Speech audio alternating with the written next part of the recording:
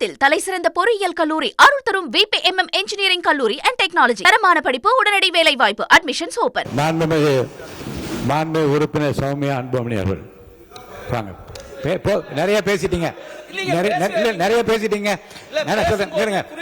நீங்க கொடுத்து பாருங்க, நீங்க கொடுத்து பாருங்க, நீங்க கொடுத்து பெருமக்கள் பேசியிருக்காங்க, சட்டமன்றத்தில் பேசியிருக்காங்க பாருங்க. தயவுசெய்து அமருங்க. பார்க்க வேண்டிய பொறுப்பு சபாநாயகருக்கு இருக்கு. காவிரி ஆற்றின் குறுக்கே கர்நாடகத்தில் மேகதாது அணை கட்டப்படுவதை குறித்து அதை தடுத்து நிறுத்த தமிழ்நாட்டுக்குரிய தண்ணீரை சட்ட ரீதியாக பெற வேண்டிய அவசியம் குறித்து நிறைய பேசிட்டீங்க. இது போதுமானது. மாண்புமிகு உறுப்பினர் சௌமியா அன்புமணி அவர்கள் ஒரு நிமிஷம், நான் முடிக்க போறேன். இல்லைங்க, முடிக்க போறீங்க.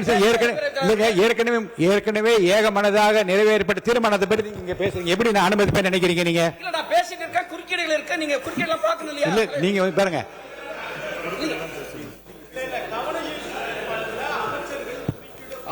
குறுக்கிடுவாங்க. அமைச்சர் தவறான தகவல் தரப்பட்டால் அமைச்சர் குறுக்கிடுவதற்கு நான் அனுமதிப்பேன்.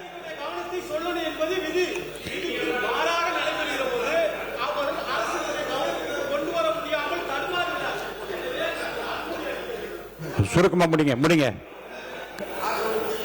மாண்புமிகு பேரவைத் தலைவர்களே, காவிரி மேலாண்மை ஆணையம் 3500 கன அடி ஒரு நாளைக்கு திறந்து சொல்லி தீர்ப்பு வழங்கியிருக்கு. அதை கூட வழங்க கர்நாடகா மறுக்குது. இப்ப அங்க மழை பொழிவு அதிகமா இருப்பதால அணைகளாம் நிரம்பி இருக்கிறதுனால இன்னைக்கு 35,000 கன அடி தண்ணீர் வந்துட்டு இருக்கு.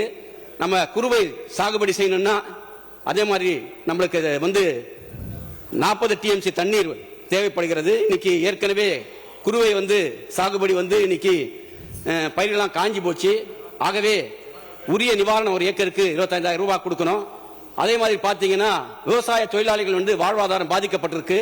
அவங்க குடும்ப அட்டைக்கு 5,000 ரூபாய் வழங்கணும் சொல்லி இந்திய கம்யூனிஸ்ட் கட்சியின் சார்பாக அரசின் கவனத்தை ஈர்த்து அமர்கிறேன். நன்றி, வணக்கம். தென் தமிழகத்தில் தலைசிறந்த பொறியியல் கல்லூரி அருள் தரும் VPMM இன்ஜினியரிங் கல்லூரி அண்ட் டெக்னாலஜி. தரமான படிப்பு, உடனடி வேலை வாய்ப்பு. Admissions open.